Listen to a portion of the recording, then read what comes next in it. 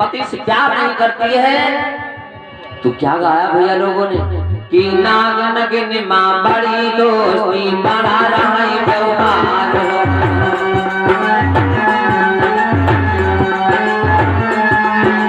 नाग नगिन माँ बड़ी दोस्ती बड़ा रहा व्यवहार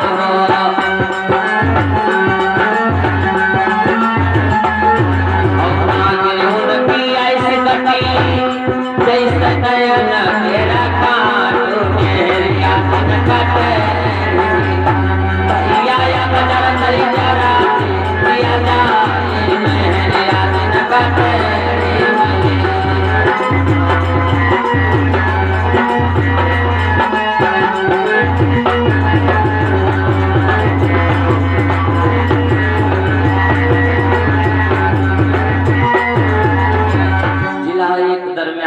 राजक राजधानी रहता विश्व नाग और नागन दोनों प्राणी। नाग नगिन माँ बड़ी दोस्ती लेकिन नाग दोस्ती करता है लेकिन नागनी नाग से कभी दोस्ती नहीं करती। और ये बात तो सत्य लोगों ने गाया है। जरते जरत जिया जाए मेहरिया जिनका टेर। जिस भैया लोगों को देवी अच्छी मिल गई तो जीवन बन गया और जिनकी देवी खराब मिल गई उनका जीवन बर्बाद। जिनको उल्टा मिल गई उनका जीवन बर्बाद और जिनको फुहर मिल गई उनको जीवन बर्बाद। मेरे भाई आज राजा भोज को नागिनी अच्छी नहीं मिली लेकिन नाग अपने पत्नी नागिनी को बड़ा प्रेम करता है लेकिन नागिनी दिखावा करती है। नागिनी अपने पति राजा भोज से प्रेम नहीं करती है। अब ये प्रेम किससे करती है? ये नागिनी प्रेम किससे करती है? कि बेधड़के में धमना सर्प पड़ा। राजा भोज की शेष जी की ससुराल है बेधड़क की।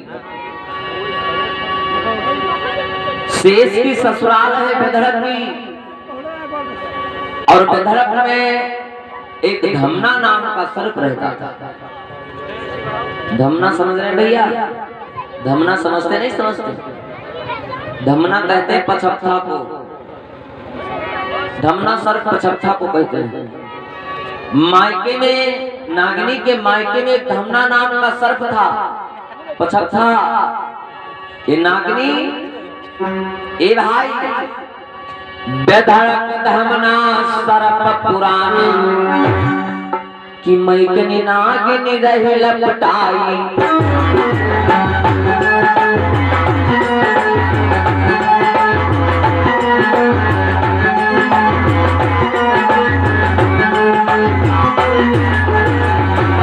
नागिनी रही लपटाई धमना यार पुरान बड़ा।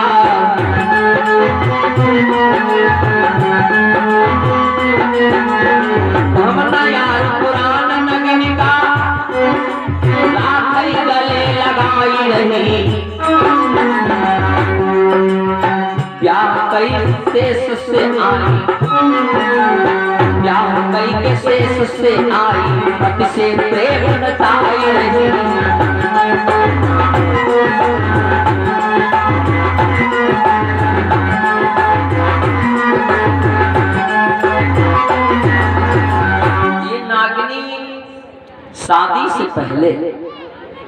शादी से पहले राजा भोज यानी शेष जी के शादी होने से पहले नागिनी ये धमना से प्रेम करती थी। पछप्था नाम का सर्प था उससे प्रेम करती थी। एक दिन का टाइम आया राजा भोज अपनी राजधानी को चले जाते हैं प्रतिदिन। और जब राजा भोज अपने घर से राजधानी को चले जाते हैं तो राजा के जाने के बाद नागिनी श्रृंगार करके बेली का काम है ये बेधड़क की तरफ जाती है अपने यार से मिलने के लिए। उस धमना से मिलने के लिए जब राजा भोज से चले जाते हैं तो ये नागिनी श्रृंगार करके जाते हैं मिलने के लिए। ये बात राजा भोज नहीं शेष जानता है। नेरे की ससुराल थी और नेरे ससुराल करना चाहिए भैया। हालहा में 2 पंक्तियां दी गई हैं कि खेत कोई रहा ना दो भैया ना नेरे की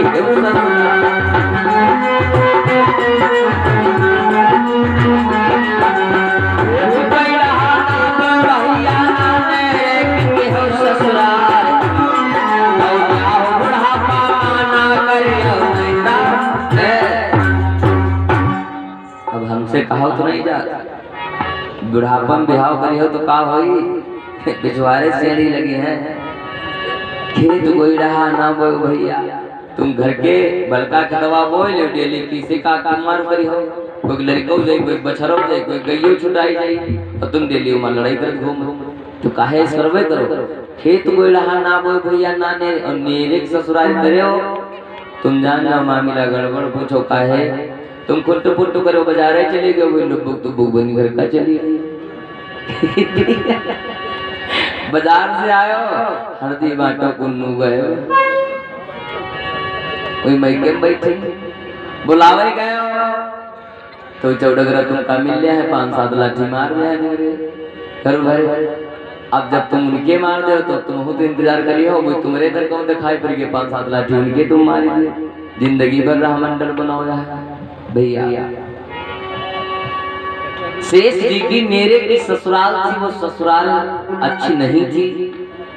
नागनी अपने यार धमना से मिल करके प्रतिदिन नाग के आने से पहले घर को आ जाती है।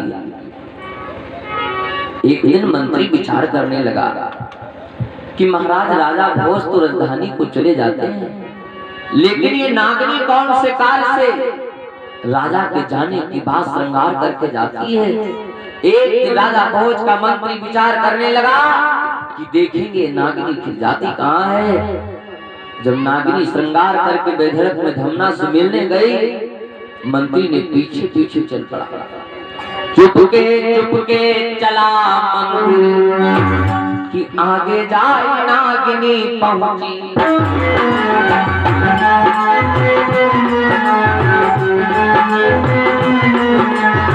आगे जाए नागिनी पहुंची, पीछे मंत्री जाए रहा।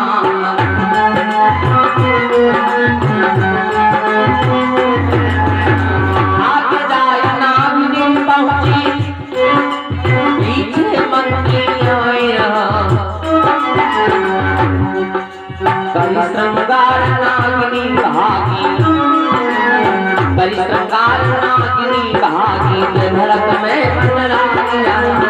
कहीं श्रृंगार नागिनी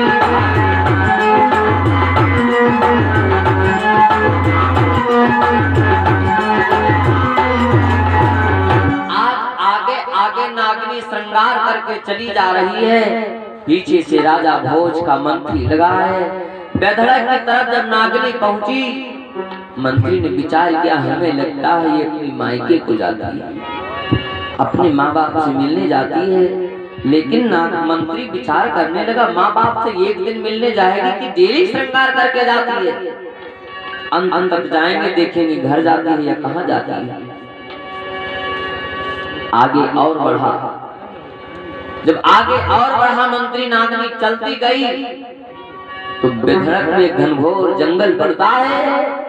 उस जंगल के नीचे धमना नाम का सर्प एक वृक्ष के नीचे लेटा है। राजा भोज का मंत्री देखा सनक गया, कुछ तो दाल निकाला है, छिप गया और नागिनी दौड़ करके गई तो जो धमना नाम का सर्प छपथा लेटा था मेरे भैया कि डारी गले गल बहिया सो गई।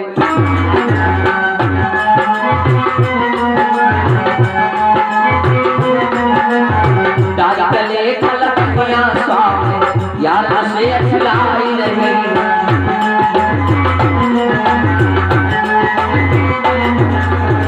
डारी गले गल बहिया सो गई, यार से खिलाई रही।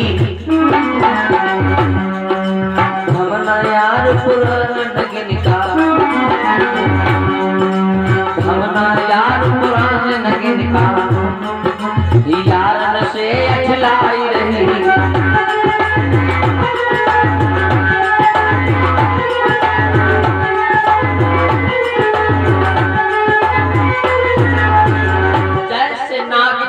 अपने यार को देखा, धमना को देखा, तो नागनी दौड़ करके गई और गलबहिया डाल करके लेट गई। जब राजा भोज का मंत्री देखा हो, बारे नागनी मंत्री से देखा नहीं गया, आंखों में आंसू आ गए मंत्री के, बेचारा वापस घर को चला आया। नागनी राजा भोज के आने से पहले पहले जब घर पहुंची, मंत्री कुछ नहीं बोला। जब राजा भोज घर को आए तो राजा भोज का मंत्री ने हाथ पकड़ लिया, बोला महाराज ये बताओ, आप तो काम से चले जाते हो राजधानी की तरफ, लेकिन ये नागनी कहाँ जाती है प्रतिदिन श्रृंगार करके? कभी तुमने अपने पत्नी से पूछा है? जैसे राजा भोज ने सुना, कहा मंत्री नागनी तो घर में रहती है। मंत्री बोला महाराज, अरे मेरे मुख से कहने से पहले महाराज मेरे प्राण निकल जाएं, तुम अपने पत्नी नागिनी से पूछ लो, वही अच्छा होगा। राजा भोज ने मंत्री से कहा ठीक है, महारानी को बुलाया, नागिनी से पूछा तो नागिनी ने कुछ नहीं बोला, बोला सब झूठ है। राजा भोज का मंत्री बोला महाराज सौगंध खा करके कहता हूं महाराज ये नागिनी ठीक नहीं है, महाराज ये नागिनी ठीक नहीं, महाराज ये नागिनी ठीक नहीं है। राजा भोज बोले मंत्री तू खुल करके बोल, कहना क्या चाहता है? तो आज मंत्री ने सारा हाल बताया। तो राजा भोज कहने लगे, जा रे नागिनी तूने मेरे चरित्र में दाग लगा दिया, तूने मुझे बर्बाद कर दिया, समाज में तूने मुंह दिखाने लायक नहीं रखा अपने पति को। नागिनी बोल, मेरे अंदर क्या कमी थी? नागिनी नहीं बोली। मारे गुस्सा में राजा भोज ने श्राप दे दिया, जा रे नागिनी अगर आज तूने इस जन्म में मुझे मुंह दिखाने लायक नहीं रखा तो अगले जन्म में मैं तुझे मुंह दिखाने लायक नहीं रखूंगा। नागिनी बोली स्वामी कैसे मिलन होगा? तो राजा भोज शेष जी महाराज कहने लगे, नागिनी आगे जब त्रेता आएगा आज के पुत्र दशरथ होंगे, दशरथ के 4 लाल होंगे जिसमें शेष प्रकट होंगे।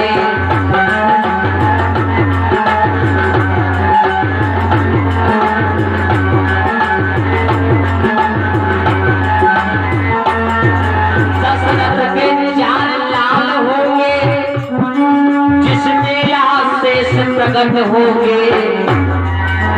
और नागिनी तूने मुझे यहाँ को दिखाने लायक नहीं रखा, जब वहां पास तू आएगी तब यही शेष जी प्रभु।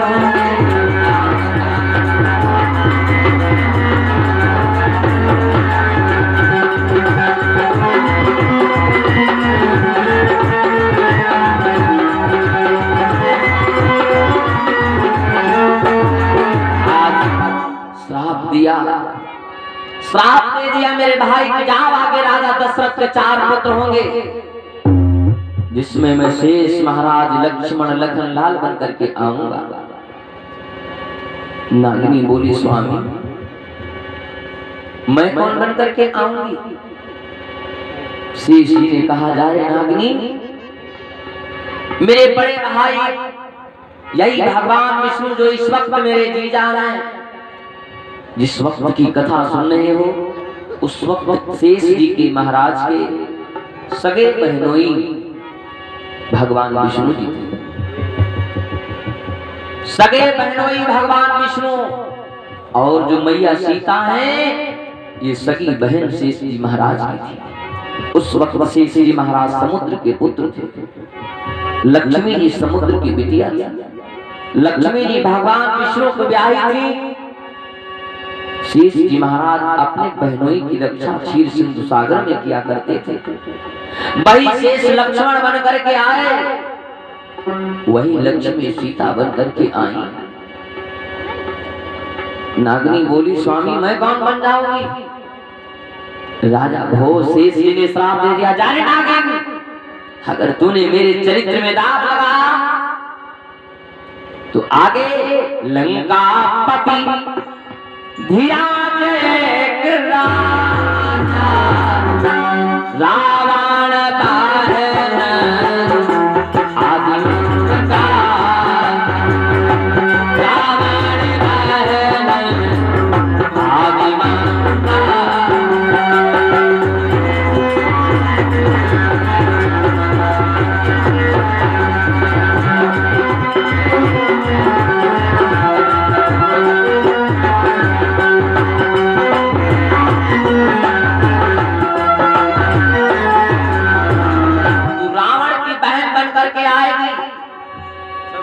रावण की बहन तू बन करके आएगी, तेरा नाम शूर्पणखा होगा। तू शूर्पणखा बन करके आएगी और नागनी आज मैं अच्छा नहीं हूं, लेकिन एक दिन इसी शकल के लिए, इसी शरीर के लिए जब तू मेरे पास आएगी तो तेरा मैं संसार में दिखाने लायक नहीं रखूंगा। नागिनी बोली स्वामी, और मैंने बोला था राम की 3 माताएं थी और रावण की भी 3 माताएं थी। राम की 3 माताएं कौशल्या, सुमित्रा, कैकेयी, तो रावण की भी 3 माताएं थी। शेष जी बोले सुनो, बड़ी वाली माँ के द्वारा तेरा अवतार होगा और जिस गर्भ में तू आएगी उसी गर्भ में रावण आएगा, उसी गर्भ में कुंभकर्ण भी आएगा। एक ही गर्भ है, सुन लो जरा। रावण की पहली वाली माँ है कौन? जिससे रावण है उस माँ का नाम क्या है? क्योंकि रावण की 3 माताएं हैं। रावण कुंभकर्ण शूर्पणखा, रावण कुंभकर्ण शूर्पणखा ये सब एक ही माँ के बालक है। रावण कुंभकर्ण शूर्पणखा और आगे कौन? जरा विचार करो। के कसी नाम विभीषण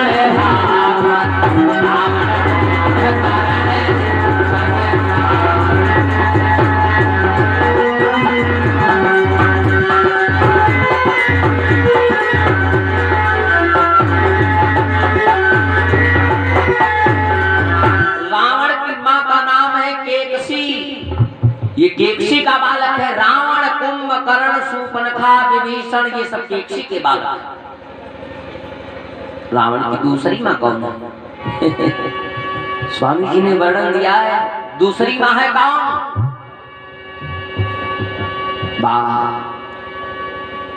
खरदूषण कृष्णा राधा के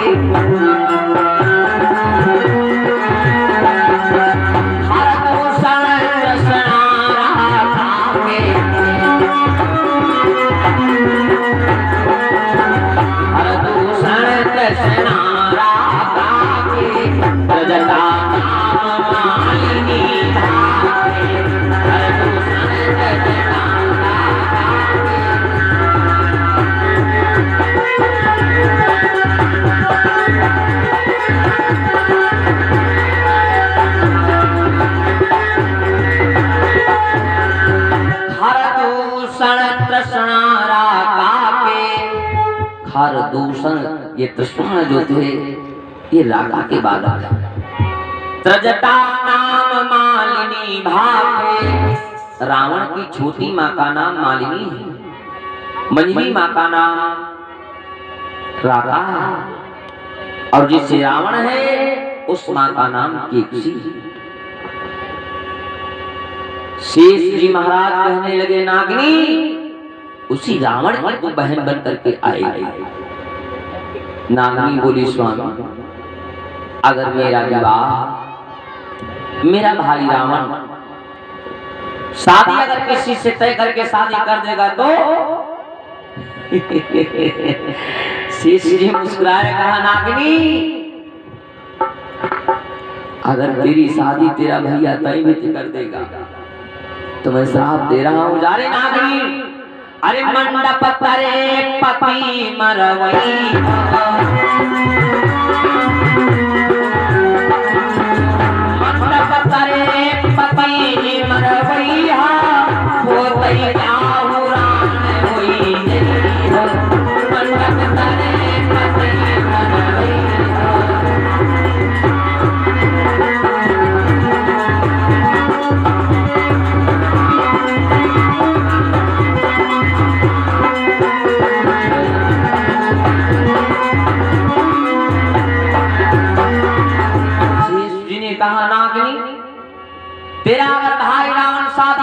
देगा तो तेरा मंडप के नीचे पति मार दिया जाएगा, तू होते विवाह विधवा हो जाएगी।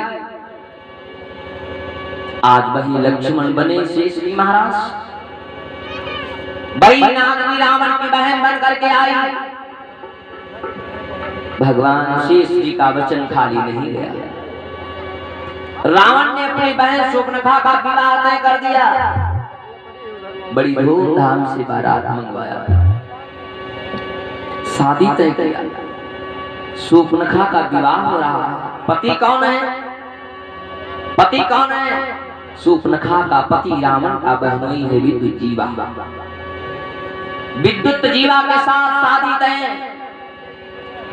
लेकिन श्राप शेष जी ने दिया था कि तू मंडप के नीचे विधवा हो जाएगी। रावण जब अपनी बहन के चरणों को पखारने लगा तो विद्युत जीवा के नाखून के आगे देखो भैया सभी के बाल होते हैं। जब रावण अपने बहनोई के चरणों को पखारने लगा तो रावण के बहनोई के दाहिने अंगूठे का एक बाल टूट गया।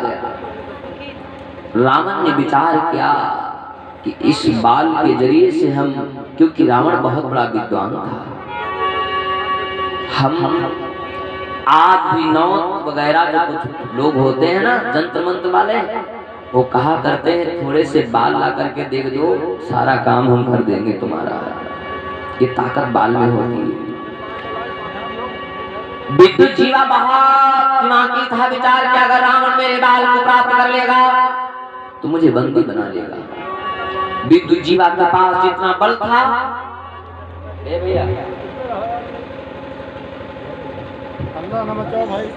विद्युत जीवा के पास जितना बल था उसी बाल में लगा दिया, उसी बाल में लगा दिया।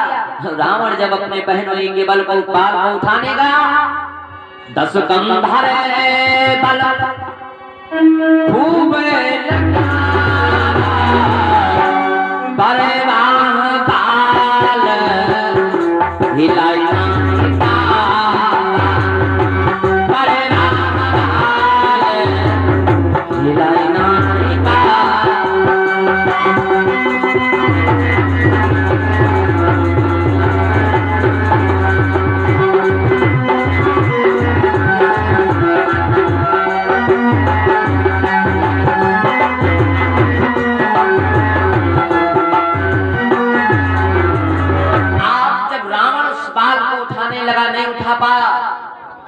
तो रावण को शंका हो गई, ये ठीक नहीं होगा। बहुत दिमाग रावण लगा ले गया, इसको जीवित रखना ठीक नहीं है। रावण ने मंडप के नीचे कटारी निकाल करके अपने बहनोई के शीश को कर्म कर दिया। श्राप शेष जी का लग गया। वही शूर्पणखा पंचवटी में गई। विषय लंबा हो जाएगा मेरे भाई। लक्ष्मण ने नाक और कान काटे और यही शूर्पणखा, राजा बलि का नाम सुना होगा। राजा बलि की बिटिया सुकन्या भी रही है। कई ग्रंथों के मतानुसार ये राजा बलि की बिटिया सुकन्या भी रही है। और आज जो ये पूतना है ये वही नागनी है। जहर मिलाकर के भगवान को मारने के लिए नंद गांव में प्रस्थान किया। नंदरानी के द्वारे पहुंची, आवाज लगाई नंदरानी। नंदरानी गांव की मुखियाई थी, नंद बाबा गांव के मुखिया थे। बाहर निकल करके आए, नंदरानी ने देखा, अरे बहना आओ, आई हो तो अंदर प्रवेश करो। भगवान कन्हैया पालने में झूल रहे थे। ये पूतना जब गई तो मैया यशोदा ने कहा, बहना मेरे कन्हैया को देखो पालने में झूलता है, हम कुछ जलपान की व्यवस्था कर ले। आज यशोदा जलपान को लेने गई, पूतना ने भगवान को देखा, हंसने लगी। पूतना मूर्ख, तुम मथुरा से यहाँ